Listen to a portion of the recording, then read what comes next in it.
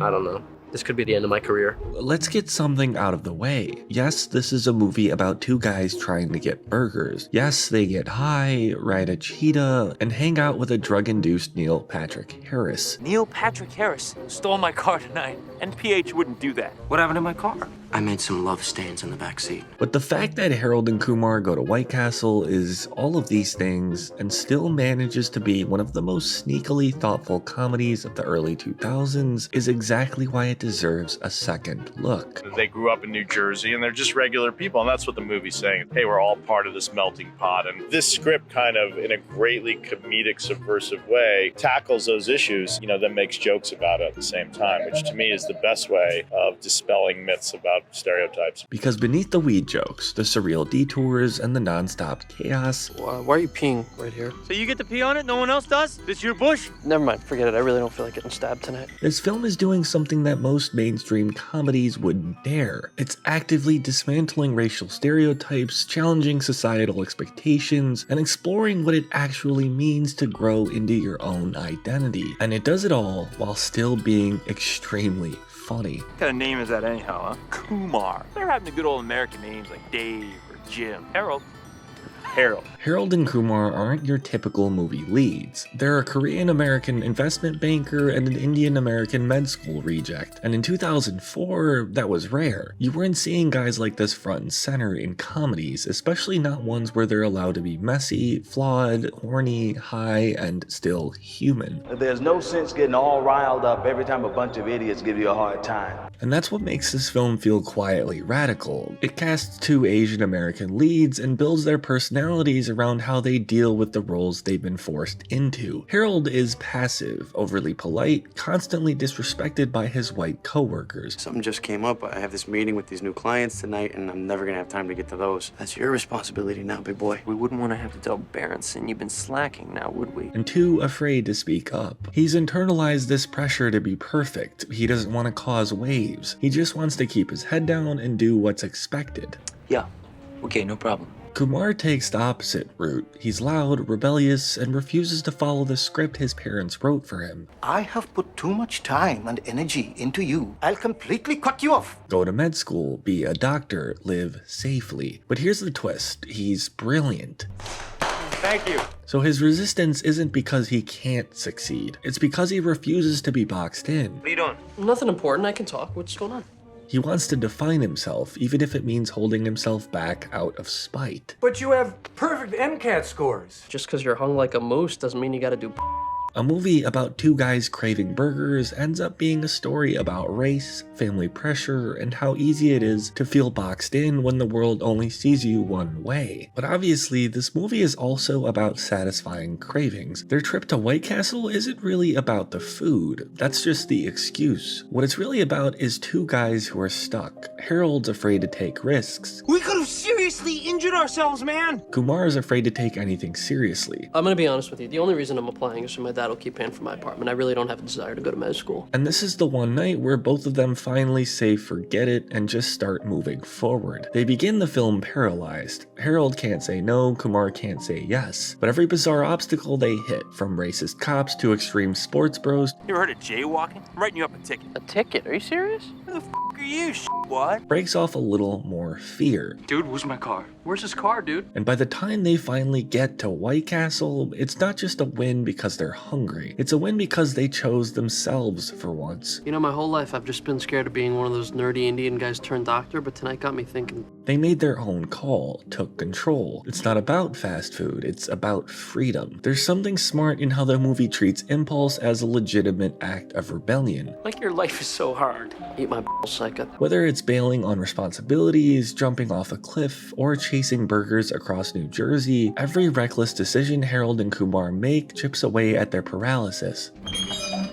The movie doesn't treat spontaneity like foolishness, it treats it like necessary chaos, a way to break cycles they didn't even know they were stuck in.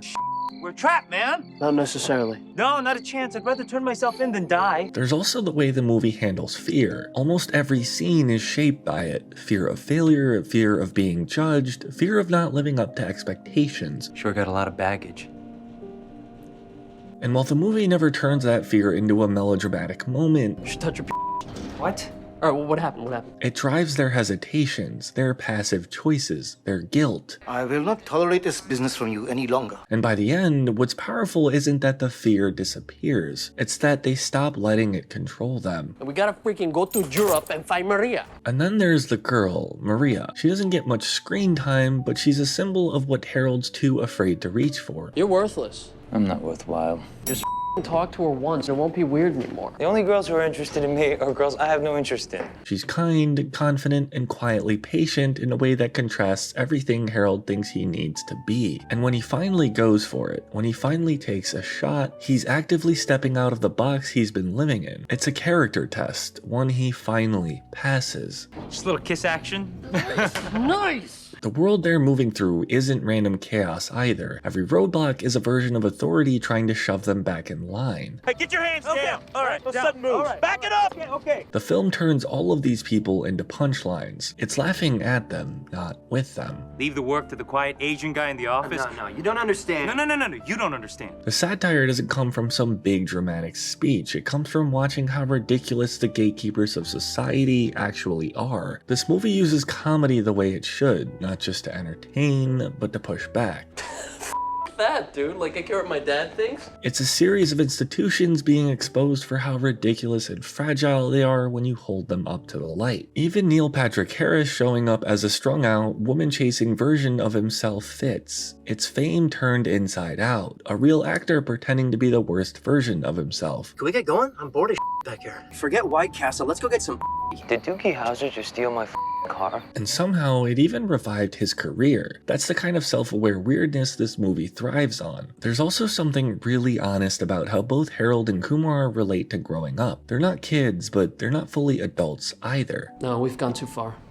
They're stuck in that limbo. Educated, capable, but stuck. Neither knows how to move forward because moving forward means changing, and change is scary. So the trip becomes this strange little coming-of-age story in disguise. They don't know it, but they're figuring out who they are one disaster at a time. This whole night is your fault. And it's not about suddenly becoming mature, it's about caring, choosing to act, choosing to want something and going after it. The friendship at the core of all of this grounds the chaos.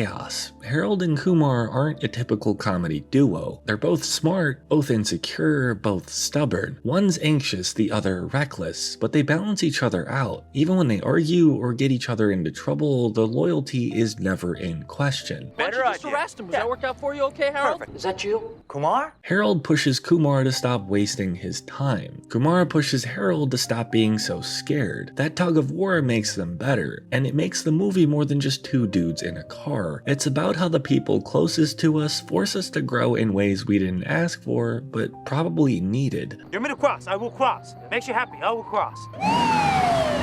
There's also something meaningful in how stubbornly they chase happiness. Everything in the world is trying to shut them down. The people, the systems, the expectations. But they keep going. They want something simple, and they don't apologize for it. Because most people stop chasing, they settle. They decide it's not worth the fight. But Harold and Kumar crash through every wall with the same energy. They want what they want, and they're not gonna stop just because the world says they shouldn't. So after we talk to the cops, we're still going to White Castle, right? And when they finally sit down, burgers in hand, covered in bruises and ash, it feels earned. It was never about the burgers. It's about what they had to face just to feel like they were in control of their lives again. It's about identity, about choice, about pushing back against everything that tells you how to live before you've even figured that out for yourself. They earned the clarity. They earned a version of themselves that isn't filtered through fear, guilt, or obligation. To freaking take the next flight out, yes! And they didn't need a life-changing event to get there. They just needed a reason. Any reason.